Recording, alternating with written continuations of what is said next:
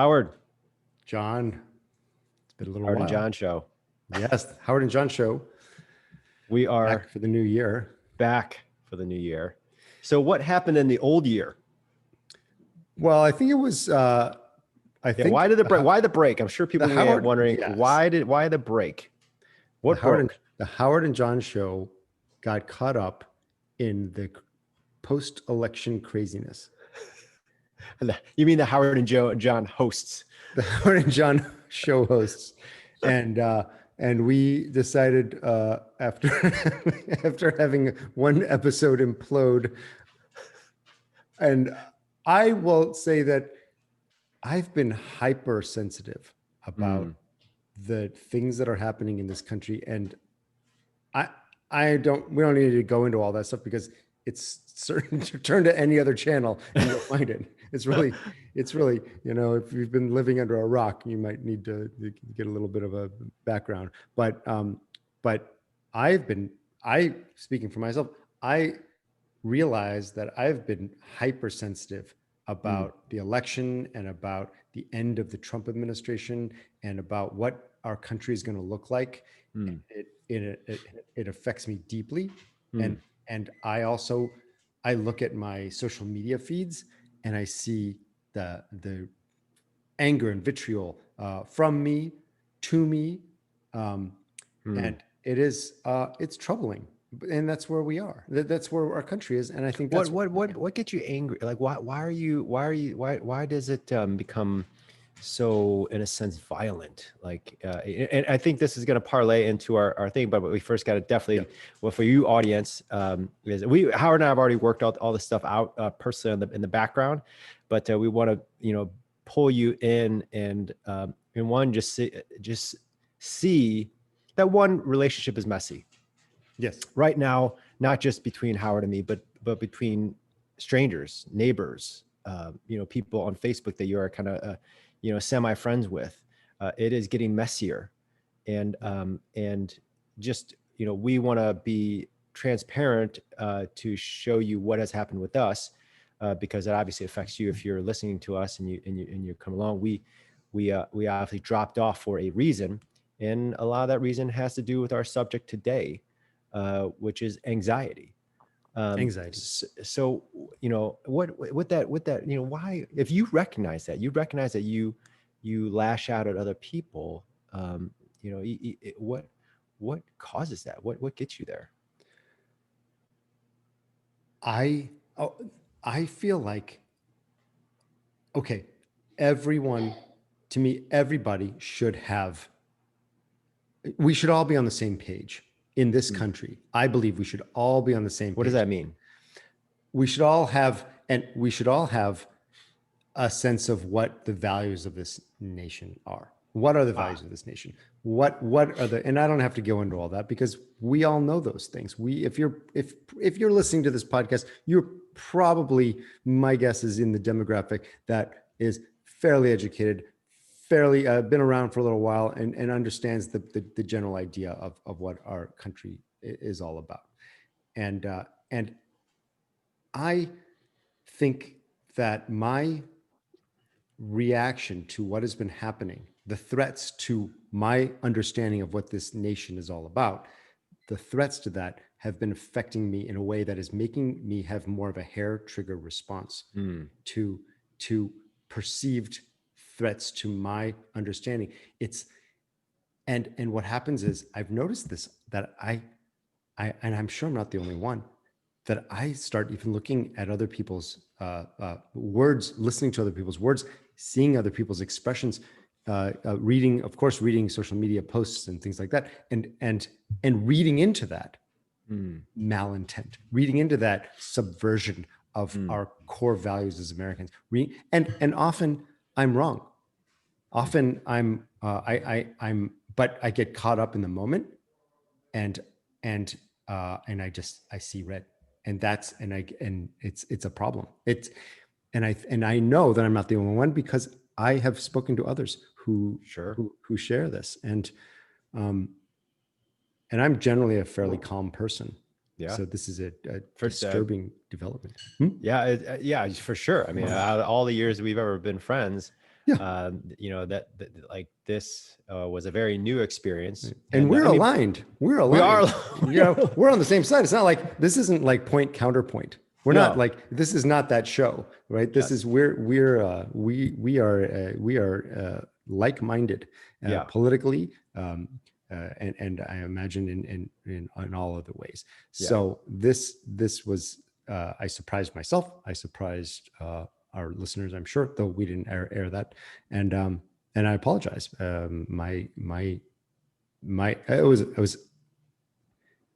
was just a hostile moment. So no, I'm sorry. I apologize to the audience, and so I think that for us, basically, sum it down, boil it down, we got into a fight. And it another was fight because we had another fight, which is, I don't that's know, for friendship. That's really what the relationships are. I get in a fight with my wife. At least when we started, we got in a fight every single day. But now it's like maybe every other week. Right. But I think that that's what a healthy and a real relationship does, and sometimes it's unhealthy. But I think in our case, it is what happens, and it probably happened in an unhealthy way. But I think it's directing us to a healthier vector. Yeah. And I think that's a good thing. And I think that, obviously we made up. And you reached out to me, and I thought that was a magnanimous gesture. It was troubling me, and I felt like I didn't know where to go with it. And you reached out, and that I am grateful for. I hated all of that weirdness between us. I'm like, this is not the way we're going to go down. Right. And so, it was a prodding, and I felt like, I missed you. That was it. Yeah. Like I said in my text, I missed you. Yeah. And we missed you, audience. Yes. We're glad to be back and talking about, this whole thing, this whole anxiety. There's some stuff going on in the world, and externally, obviously the inauguration, all that's going on. Our capital seems to be preparing for a siege, and then at the same time, all of us internally, some of us have been socially disconnected. Some of us are isolated, not just, we're in a very different world than we were, a year and a half ago. Yeah. And so all of us are dealing with anxiety. Yeah. So when you think of anxiety, what do you like? What comes to your mind? It could be anything. It doesn't have to necessarily be a definition. It could be a story or whatever it is, or where you are now. But what do you think when you think of about this?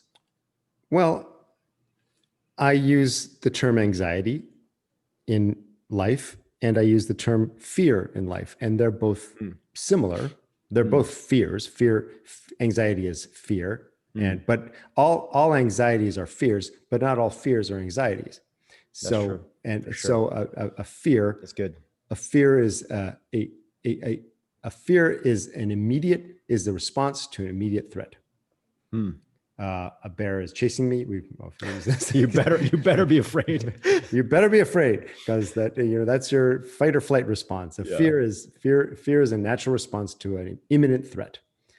Anxiety is a response to a future threat, to a threat that is or a possible threat, a possible threat, a potential threat.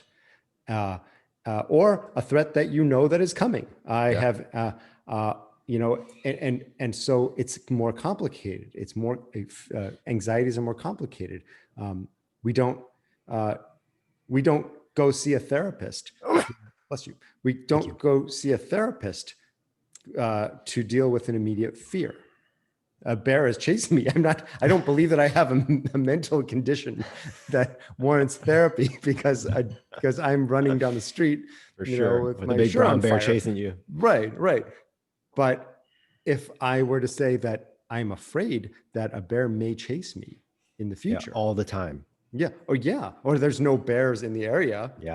But I am afraid that a bear will be coming. That's the difference between fear and anxiety. And of course, that's kind of a ridiculous, example. But anxieties are sort of living in the future. It's a form of living in the future. But it can be in the present. I mean, for instance, like for everybody who's like, dealing with a pandemic, everybody's afraid of, or not everybody, but a lot of people are afraid of getting this virus. Yes, but that And would be, I'm afraid of getting it. So that for puts sure. into the future, but I'm afraid. But it is a of present threat. it is a present threat. It is, but I think it's a rational threat. Yes. Yes. I think that the anxieties become disorders when they, now I just want to preface this by telling you that I have 2 days of professional mental health counseling education experience backing all this up, because I was a master's student in counseling for really about 2 days. For about 2 days. I dropped out of the program. 48 hours. I don't come out of this from a place of lack of knowledge. You are fully credentialed in this area to speak on the internet about mental health. Just call me Dr. Howard. Yeah. So when we head into the area of living in the future with fears, irrational fears, that's when we get into anxiety disorders. How do you, so let's kind of put that anxiety disorders under the side. I mean, for probably the vast swath of people who are anxious or deal with anxiety in some way, how do you deal with anxiety, or when you have these anxieties, what do you do, and what do you think you should be doing? Well, I everything I've read and everyone with whom I've spoken about with anxiety, the general prescriptions are simple: get good sleep, get exercise, stay hydrated, avoid caffeine, which basically you say about everything. Like, it's everything. You say it. So everybody's anxious because of these. I mean, like, it's like I would say that you could have a lot of, for people who really love coffee like me, you could have anxiety for fear of not having coffee. I'm out of coffee tomorrow. I'm anxious for that. I'm anxious, and so I think that those are very basic, and I understand that they're wise and that they're probably true to some extent, but I don't think they really speak to the anxieties that people are really experiencing. Yeah, talk about that. What is that, and what do you do? Well, it's a really tricky problem. You really need professional help to deal with real anxiety, because by definition, problems with anxiety, you don't necessarily know that that what you're afraid of. You don't think people know? I think people know. I think there are certain aspects of it that people do know, and many times they do. I'm really afraid of it, but I think a lot of people, and me included, when I have anxiety, I don't necessarily. Lately, let me just say, I've been waking up at very early in the morning, like around 3.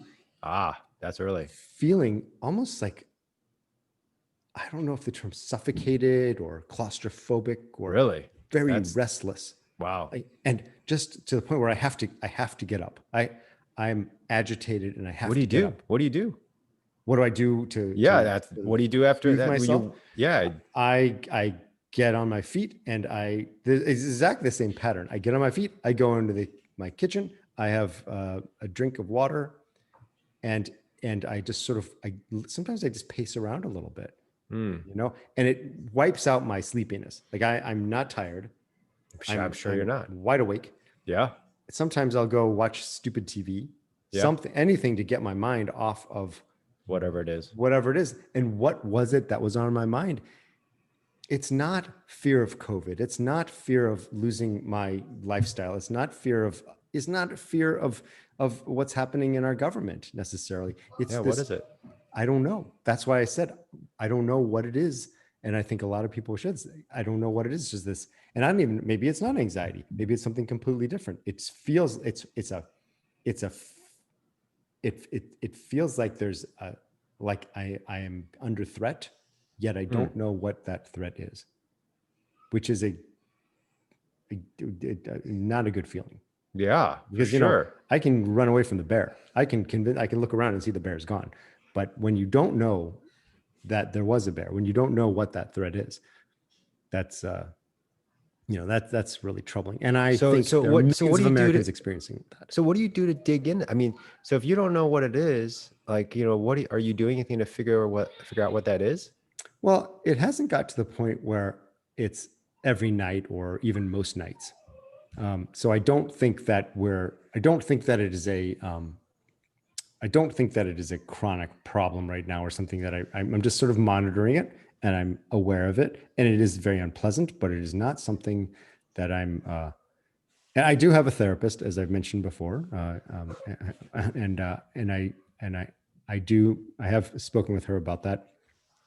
And, um, you know, I just don't think that there are real answers to general anxiety or an occasional panic attack. I think it's just natural to the human mind. It's just what happens sometimes. Do you experience anxiety unrelated to? So I would say irrational anxiety, even though it's rational, it is rational. But I think I use the term irrational in the sense that you don't know what the cause is. You can't Oh, identify yeah. what the cause is.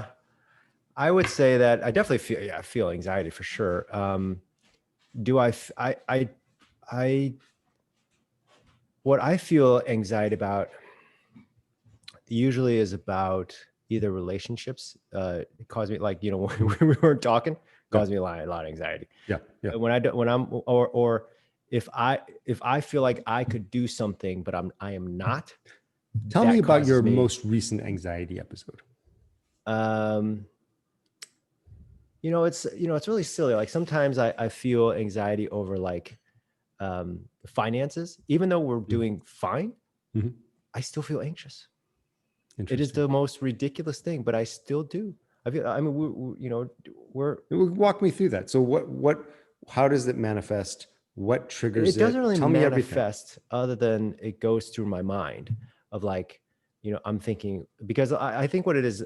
So the way my mind works oftentimes is I do go to the worst case scenario. It's Mhm. part of actually what, for me, risk mitigation. It's just the Mhm. way I've always been. And it's very helpful until it's not. And You create this worst case scenario so that you work hard to avoid it. or I just worry about it because there's nothing I can do. Right. Well, Right. It's that's like, yeah. that's where it gets bad, Mhm. or at least I wouldn't say it's ever bad, because I still sleep. I rarely ever not sleep. Mhm. And I think, okay, here's the funny thing is, there are times when I really feel it when it's because of my food. When I eat certain foods, Hmm. I've discovered I will get more anxious. And I Interesting. and I wonder if other people struggle with this. I don't know. I just know for my own experience. What foods make you anxious? Have you identified what those? Yeah, when I used to eat, like there are certain things I cut out. The majority I've Yeah. cut out of my life, like a lot of meats, if not all Mhm. meats. Um, you know, a lot of gluten, or a Mhm. fair amount. Yeah, mostly gluten, but gluten's not too bad for me. But if I have Right. a lot of it, it'll affect me. Mhm. Cheese, Mhm. cheeses. So all these, like, kind of weird things that I never Interesting. even knew. But these foods, when I eat them, I become agitated. Um, uh, Interesting. and I never knew that about myself until, like, I started to just kind of. I have a pretty restricted diet, not hugely restricted, but it's a pretty Yep. restricted diet now. So when I introduce new things, I can feel the difference sometimes. Hmm. And so I do believe that sometimes this is going to be odd, but I think for even you, the audience, like, to be aware of the food that you eat really does affect you, not just biologically, but emotionally. Um, and so that for me has been, and coffee actually was cutting that out was a huge relief. I definitely sleep like a baby. Yeah. Um, Yeah. You told me that some oh, years ago. You said that you had cut yeah, out coffee completely. yeah, I love coffee. Yeah, I I know. That was absolutely we bonded love over coffee. coffee back in the Yes, day. I And will spend money on coffee, yeah.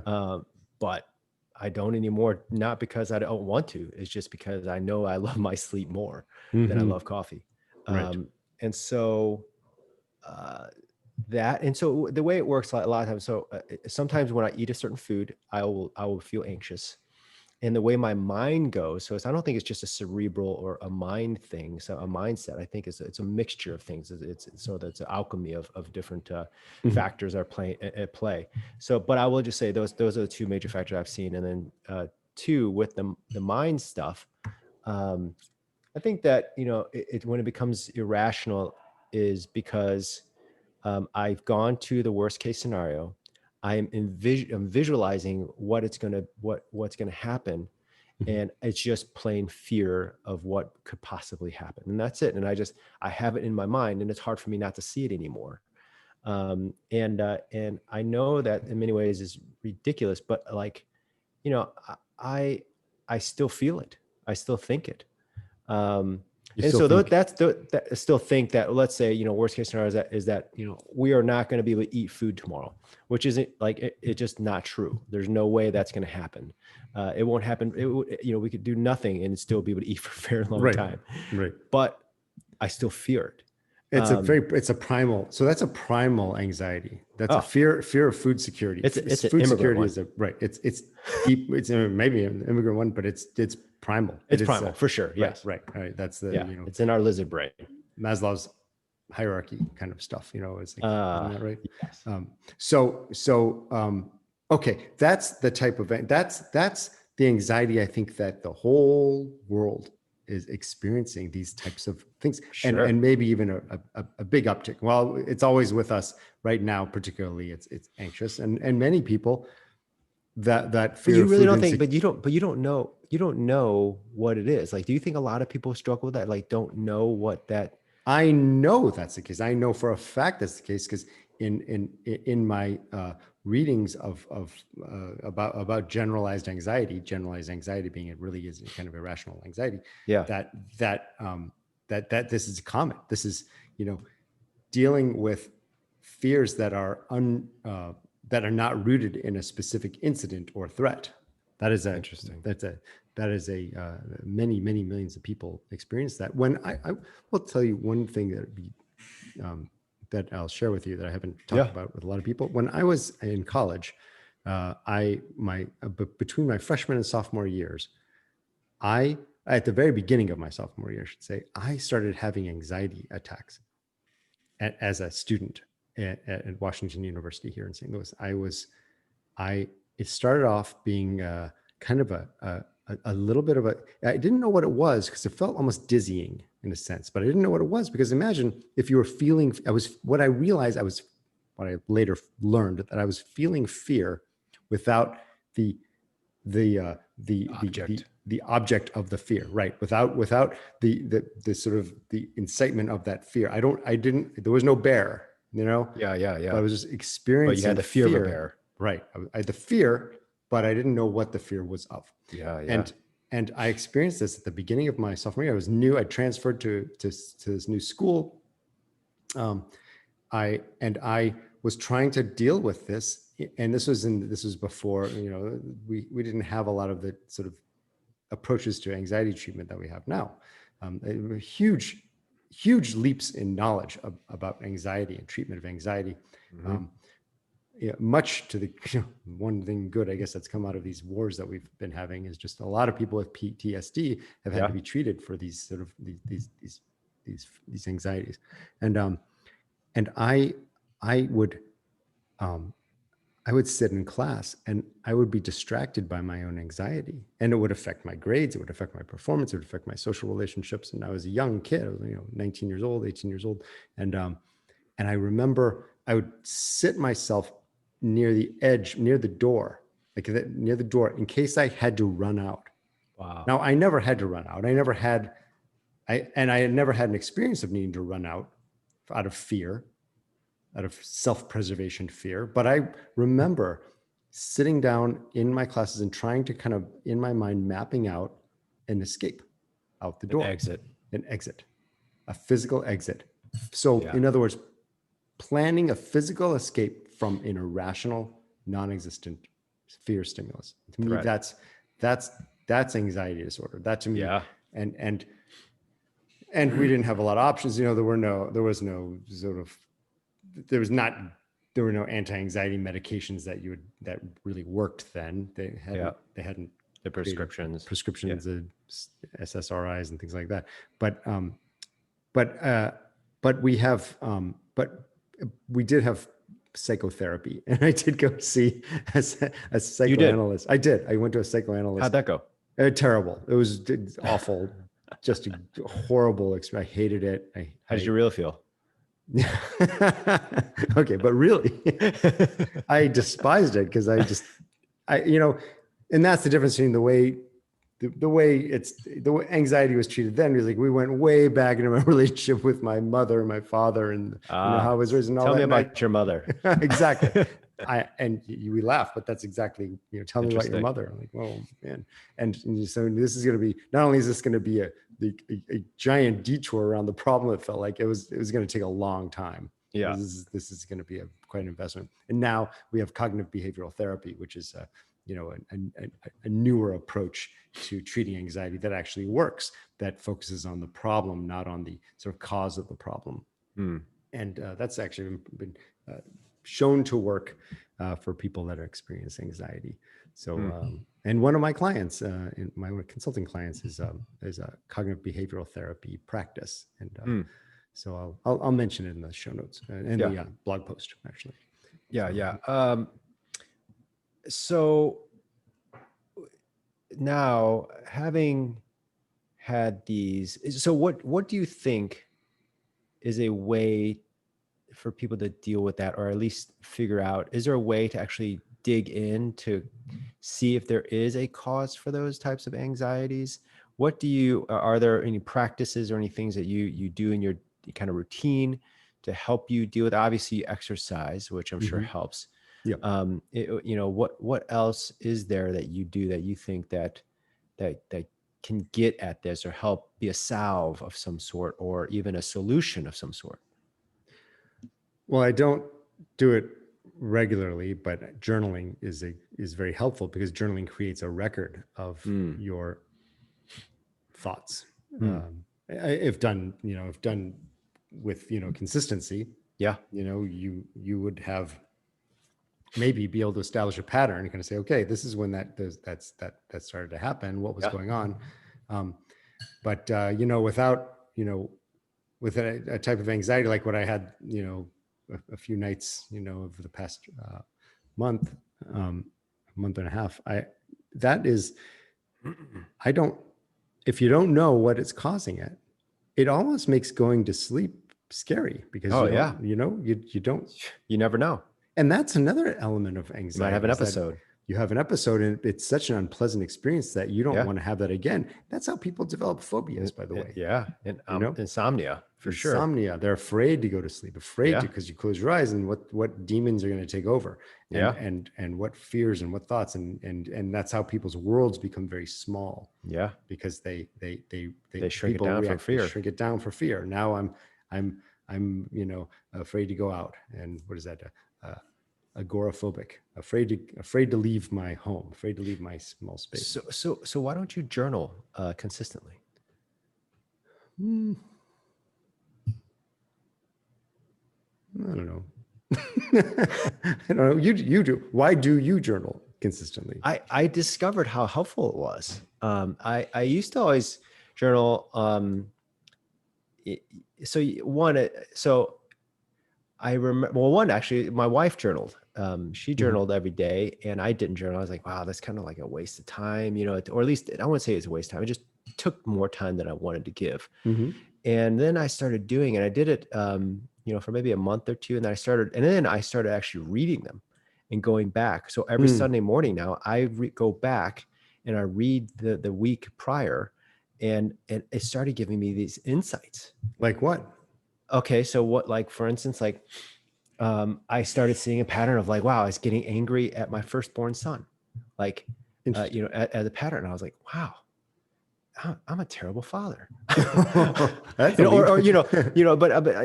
definitely hard on myself, but I think that I can be a better father, put it in different words. So you saw a pattern, you identified a pattern. And a pattern, you interpret the pattern as that you are being hard on. Being hard on my son. Right. I could lighten up.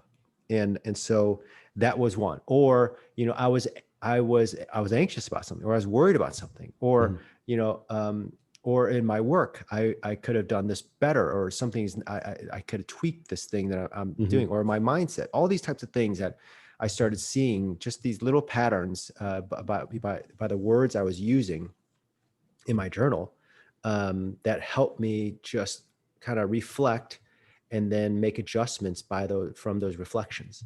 Hmm.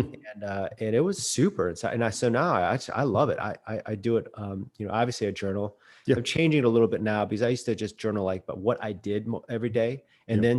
then like some emotional or mental or whatever things. Now Mhm. I do more kind of the emotional and kind of what I've been thinking, and less about what I did that day. And so I But think it that, starts with maybe just a journalistic account of your day, and yeah, it's that's it. morphed, it's grown into more of a Yes. reflective, And more of an deeper, interior life. right. Yep. But it takes some, but you build the habit of writing, and Yes. then it starts to kind of develop into something else. Then, Tell me, yeah. Then, tell me about the, because I'm super curious about, I'm always interested in the writing habits that you have, because yeah. I think that you've really done great things with your writing. Oh, thank you. Do you have a journal book? Do you use the computer? Tell me the nuts and bolts of this thing. I use Apple Notes for my Mhm. journal. And because you And so sent it's me some very of those. simple, it's fast, it's easy, it's Mhm. right there on my phone. And then I just recently started keeping a, um, a, a paper, like a moleskin journal, and I Mhm. write in it for my writing Yeah. itself and thinking. Mhm. That was just something new that I started doing during my writing times. Yeah. I will use that also as kind of like a work journal. Mhm. And then I do my writing in something else, but Mhm. that the type of like kind of note taking and idea marking and or documenting and for kind of tweaking with little thoughts, Mhm. that's either done in the notes, and then or in this moleskin that I have. Right. So that's what I do. I think that, but I think that for anybody who's struggling with, this general anxiety, I mean, that sounds horrible. If to not Well, be able to pinpoint what you're anxious yeah. about, I would figure it would be like, you have this like, pain, you don't know what's causing it. I would be like, I got to figure out what that thing is now. And I would imagine like, if I think that journaling would be a huge, obviously conversations, like talking about it and kind of like, Yeah. bouncing it back and forth, but then Well, I also think the having, well, it's like, as you're saying that, it's like, we say, well, it's fear without so it's a scary thing, because you could be afraid of something but not know what it is that you're afraid yeah, of. Just yeah, experiencing the fear. But yeah. so for those of us who can't, don't really follow that, or maybe, that's too abstract. What if you were really hungry, but you didn't realize that you needed food? Yeah, let me I mean, let me think. it sounds crazy. It sounds No, no, crazy. no, no, it's not crazy, but let me twist it a little bit. Can I twist it for a second? Yeah, please. So what I've experienced is it's a hunger, but it's a hunger for a feeling of some kind of satiation, or a bliss that I can get from eating, but it's from some kind of taste, or some kind of experience, eating experience. Like for instance, like I remember, like, sometimes like when you eat a steak, I love steak. Mhm. All right. So unapologetically, I love steak. Yeah. And when I eat it, like sometimes I get this sense of like, oh my gosh, that was the most amazing bite. Yeah. For Anthony Bourdain, Mhm. No Yeah. Reservations, Yep. great, Yeah. host. Um, he he talks about this, and this is exactly what I am meaning by this thing. He talks about his first time going to Vietnam and eating this bowl of noodles, and Mhm. that amazing experience of just slurping in the noodles with the soup, and it was just euphoric for him. Yeah. And that's the type of thing that sometimes for me, and I think for many people, I'm looking for this experience that's going to just kind of blow my mind. And I think that's why we go and eat. But I'm hungry, and I'm hungry for that type of experience. But a lot of times I just never get it. And so I Right. wonder if people, like, there is a not an anxiety, but there is something that they're looking for, that they can't find, but they're looking for So, it. So that anxiety, so maybe anxiety is a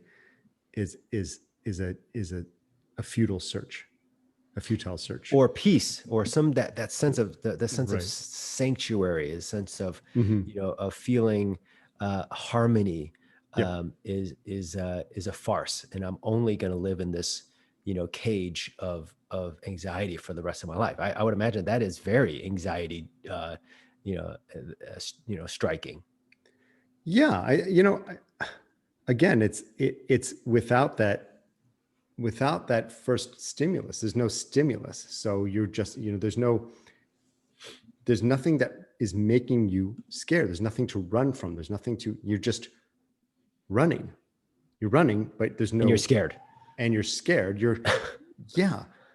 But there's no, the human mind, the human brain is so complicated.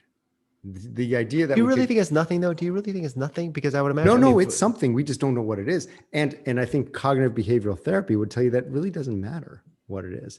It's not, it's why purely does that not matter? the That doesn't make process sense to me.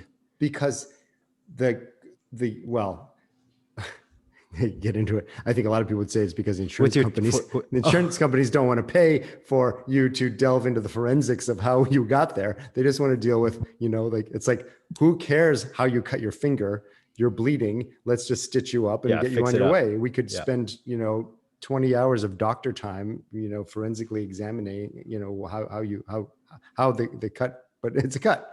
And the same thing with anxiety, this anxiety, the anxiety we believe, and this is why PTSD is so well treated by, with cognitive behavioral therapy, in the past 25 years. These soldiers come back and they have this sort of generalized anxiety. It's, they're not under threat, and yet they have this terror, and it's not hard to understand how terrifying battle would be. Or people who have been victims of violent crime, whatever. I mean, for every violent crime, there's going to be post-traumatic stress. For sure. It will manifest in some way. For sure. So cognitive behavioral therapy, as I understand it, treats that at the point of pain, not at the point of sort of origin. And and not to say that so what I guess what I like about the journaling, when I kind of diving in with your journaling, is that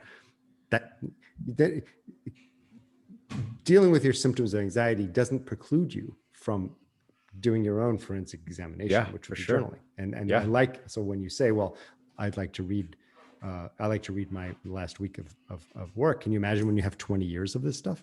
Oh, dude. I mean, I don't know if I like reading my journal, because it's, a lot of times I like what, you do. But I like the results. You like the results, and it's illuminating. It is illuminating. I mean, it's like, man, I got issues. But at the same time, but at the same time, we all have issues. Yeah. It's like, but I guess I look at it as also in a positive light of, I have issues and I want to work on them, and I can work on them.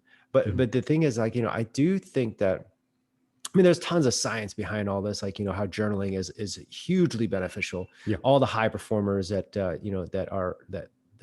in sports, or, in intellectual endeavors, they all journal for the most part. Right. And I think that, I think that anybody who's dealing with anxiety, that is a very good exercise for you to do. I think that's one of the reasons, like, probably, my wife even documenting her life is a good way to process those things. And so, yeah, I mean, I don't know. Is there anything else? What else do you think? I again would reinforce food. I think that the one thing that people don't think about very often with anxiety or worry or whatever it is, even stress, is what you're eating is like surprisingly effective in causing stress or anxiety. I know it sounds weird, but I think you should think about it. It's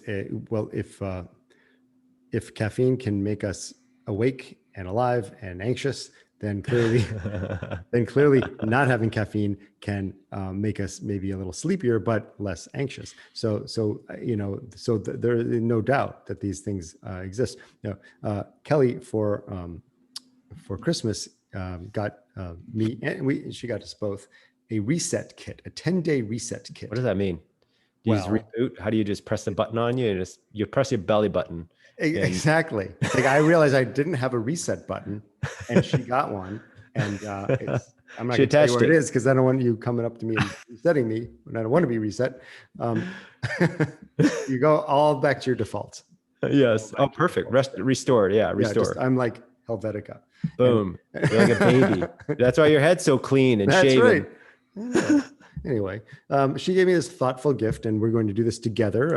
It's a 10-day nice. reset called Sakara. Oh, I don't know what that is. What is Well, it? I didn't either until I started reading the literature. I have it over here on this table, and I'll put a link to it. But I'm not an affiliate. I've never done this before.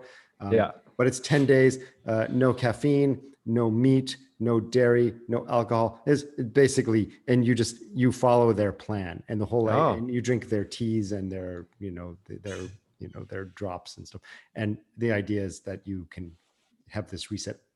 Maybe That's a good idea. Maybe it will, help clear if what you're saying is correct, and I do believe you, that what you ingest is what you are what you eat. You are what you eat. I think about the stress of animals being slaughtered, and I think, well, we're ingesting that. I think about that's anxiety. We're eating that anxiety. Yeah. Animals that are raised in an inhumane way. Maybe that becomes happy cows, part of us. Yeah. And so, I would like to dig in more on this. And what I will do is I will do this reset. We're starting on Monday. Yeah. I love to hear about that. And maybe it'll cure, I don't know what the term would be, address my anxiety. Yeah. It might help it for sure. Yeah. Because I tend to eat bad things occasionally. So 10 days and no meat, no dairy, no, what else is there? No meat, no dairy, no alcohol, no sugar, and no artificial sweeteners. Oh, dude, this is gonna be great for you. Yeah, I hope so. I think it'd be great for you. I mean, I feel great. Like I feel great just hearing it. I feel great by doing it. It's kind of like your life. Yeah, totally. Yeah. I thought honestly, if you would have told me that I would be doing this 3 years ago, I would have told you you're insane. Well, but I feel incredible, and I think that this will do you some good. I think it'll actually 10 days is not long enough. Like it's gonna maybe it's just gonna suck, and then after 40 days, it actually might be okay. I think 10 days will start. You can't get to 40 days without 10 days. So. Yeah, of course. And I think I don't know how much this thing costs, but it looks like it was mighty pricey. Imagine really the 40-day version. So I don't understand how it goes. So basically, okay, so they're gonna it's the packaging. It's the packaging. So they give you a beautiful box. To say, hey, listen, don't eat these things. Then it's not a box of stuff you're not supposed to eat. It's a box that you throw all your stuff in that you're not supposed to. No, it's a box of, it has some like all organic bars that they have made, and these teas and this powder, the spirulina and all this stuff, and you are supposed to follow their directions very clearly. They have a book, and they have specific shopping lists, and they tell you exactly what to eat. Hey, okay. I don't know. Well, I'll report back and let you know. Let me know. Right. Anything else? What are the thoughts? What's some closing thought for about anxiety and to somebody to think about, or kind of a takeaway, or something that you think that you're really learning about? I do talk a lot with psychologists professionally. I have clients who are psychologists, and every one of them tells me, without exception, that anxiety is treatable. What do they mean by that? Anxiety is treatable. That if you're having debilitating anxiety, if you're experiencing debilitating anxiety, I'm not talking about fear. I'm talking about the anxiety that without knowing what is eliciting that fear response, that is treatable. That you can get over that, whether you're returning from war and you're having horrible PTSD, or whether you just are feeling stressed because of the terrible, political situation or the pandemic situation, or just you're feeling, anxiety is treatable. And it wasn't it wasn't readily treatable 20 years ago, but it is Hmm. now. So there's really no reason to suffer from anxiety, from what I understand. Hmm. And I believe that. I think that there's good treatment. And also what I've read, and I'll put some links, that treatment online is very effective. That you don't have to sit in a room with a therapist and What does that look like? Is that like a it could video or be, something? yeah, there are cognitive behavioral therapy based apps that exist. There are all kinds of online treatments. There's telehealth treatment. Mm-hmm. It works, and Hmm. the studies show that you don't have to be face to face. You don't have to get in your car. You don't have to put the mask up. You don't have to do all that. It's just simply connecting with a therapist who is trained in anxiety treatment can be very helpful. Hmm. So that's my final words on the subject. How about you? Yeah, I think that, for me, I would say, a large thing that is the salve and solution for me is definitely my worldview of probably my religion. And Mm-hmm. I think that, not just prayer, but like my understanding of who God is. I think that is the biggest thing. And I think that Christians get a terrible rap, and I can see why. They say some really horrible things, and or we do, I should say that. We say some horrible things, and but I will say that, the biblical worldview of who God really is has helped me a long way, work through those things. And I think that that's been the biggest salve for me. Mm-hmm. Obviously I have tools of doing other things, but when I start thinking thoughts of the worst case scenario, which rarely ever happens, I think that that's the thing that usually gets me through. So I don't know what, and it doesn't necessarily have to be. It could be any kind of spirituality. I'm just saying that for me, like, that has been, because I believe we're spiritual beings, and Mm-hmm. we need that kind of stuff. And that is what gets us right. At least it has definitely helped me. So more So God, less caffeine. for sure, more God. But then again, I'm telling you, I love caffeine. I don't understand what it is for me. But anyway, yes, yes. I don't want to talk too much. It sounds like you're about to I'm jump not gonna back in. say We're not going no, to no, let no, that no, down. no, jump back. Okay. Yes, but we're jumping out. But hey, we're back. Thank you so much, everybody, for listening. Thank you, Thank Howard. you. Thank you, John. It's great to be here, and we will see you next week. And I think, Howard, you're putting out a blog post. That's right. Am I writing a synopsis? What am I doing here? Yeah. I'll write the You're doing synopsis. the new show notes. The new show notes. So, by the way, we're not going to have show notes. We're not going to have all the long. Same. We have different type of show notes. We're going to have different show notes. It's going to be a synopsis. It's going to be a bite size. So, Yep. All right. Take care, everybody. Next week's a big week for everybody, I'm sure. Yep. And with the inauguration. Stay human. Stay human and love each other. All right. Love each other. Love you, man. Love you. Bye. Bye.